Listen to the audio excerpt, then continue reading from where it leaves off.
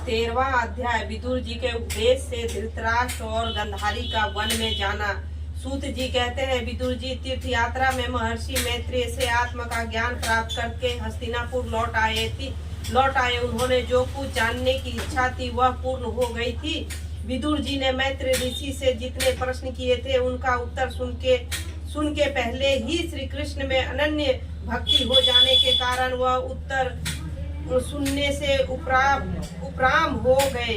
शौनक जी, आपने चाचा विदुर जी को आया देख धर्मराज युधिष्ठिर, उनके चारों भाई धृतराष्ट्र, युधिष्ठिर, संजय, कृपाचार्य, कुंती, गांधारी, द्रौपदी, सुभद्रा, उत्तरा, कीर्ति तथा पांडव परिवार के अन्य सभी नर नारी और अपने पुत्र सहित दूसरी स्त्रियां सब के सब बड़ी प्रसन्नता से मानो मृत शरीर में प्राण आ गया ऐसा अनुभव करते हुए उनकी अगवानी के लिए सामने गए।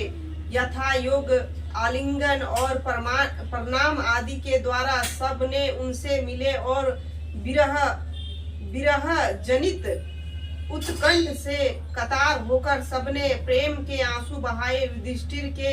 युधिष्ठिर ने आसन पर बैठाकर उनका यथोचित सत्कार किया। जब वे भोजन एवं विश्राम करके सुख पूर्वक आसन पर बैठे थे तब युधिष्ठिर ने विनय से झुककर सबके सामने ही उनसे कहा।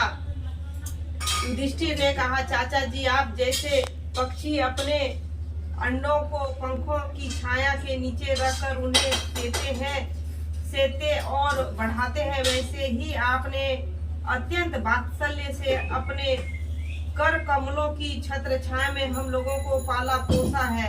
बार बार आपने हमारे और हमारे माता को विषदान और लाक्षागृह के दाह आदि विपत्तियों से बचाया है। क्या आप कभी हम लोगों की याद करते थे? आपने पृथ्वी पर विचरण करते समय किस वृत्ति से जीवन निर्वाह किया? आपने पृथ्वी तल पर किन किन तीर्थों और मुख्य क्षेत्रों का सेवन किया? प्रभु, आप जैसे भगवान के प्यारे भक्त स्वयं ही तीर्थ स्वरूप होते हैं। आप लोग अपने हृदय में विराजमान भगवान के द्वारा तीर्थों को ही महातीर्थ बनाते हुए विचरण करते हैं। चाचा जी, आप तीर्थ यात्रा करते हुए द्वारका भी अवश्य ही गए होंगे।